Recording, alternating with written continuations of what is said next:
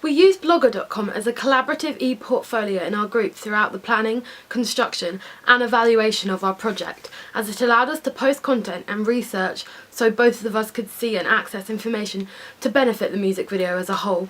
This method was the best way to share information. For example, we were able to post concept of development posts so we could document the progress and changes we wanted to make to the video, alongside any inspiration or ideas we wanted to use. This way we could both easily go back on the blog and view the videos or photos we found previously. To carry out our audience research, we used SurveyMonkey and created a list of questions with multiple choice answers, and answers each individual could fill in.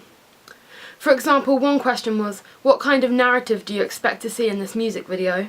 This technique was useful as we were able to link the soundtrack to our music video for our target audience to listen to. They could then respond with answers by typing on SurveyMonkey.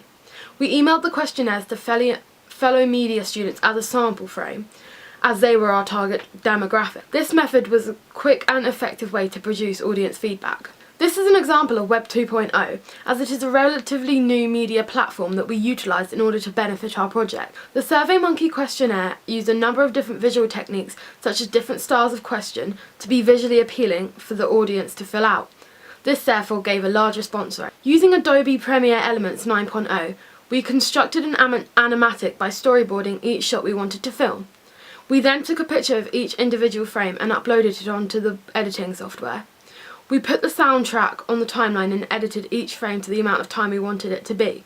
This was useful as it gave us a strong visual idea of how we wanted our music video to look, alongside telling us exactly what type of shots we needed while out on shoots. We did this through storyboarding each individual shot. When shooting, we used a Canon 600D DSLR camera on 24 frames per second. We were pleased with the quality of footage, as the professional style allowed us to have better quality of footage, alongside allowing us to manually focus the camera to achieve pull focus shots.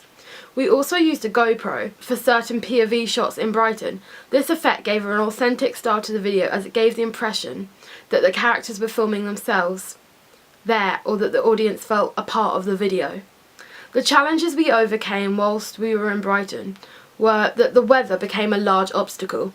It was torrentially raining and we risked getting the camera and equipment wet. Luckily we overcame this by using a plastic bag to cover the camera and an umbrella to shield the rain also. Another challenge we experienced was cast dropping out at the last minute. We overcame this by asking Tiffany, the main performer, if she was available. This made our video more performance-based, as the initial idea that we wanted for the narrative storyline could not come together or happen. To edit the video, we used Adobe Premiere to match the lip singing of the performer to the track. This was a very time-consuming process, and we had to find the exact moment in each part of footage to fit the song. We also used editing software to change the colour and hue saturation of the footage featuring in the narrative. Alongside this, we also intercut the narrative storyline with performance to create a fast-paced cutting rate. We made this black and white to further reinforce the difference between the performance. We then used After Effects on the blue screen footage to create a key cut of the footage and place in gradient coloured backgrounds for the performance. We used a digital stills camera to create photographs for the digipack.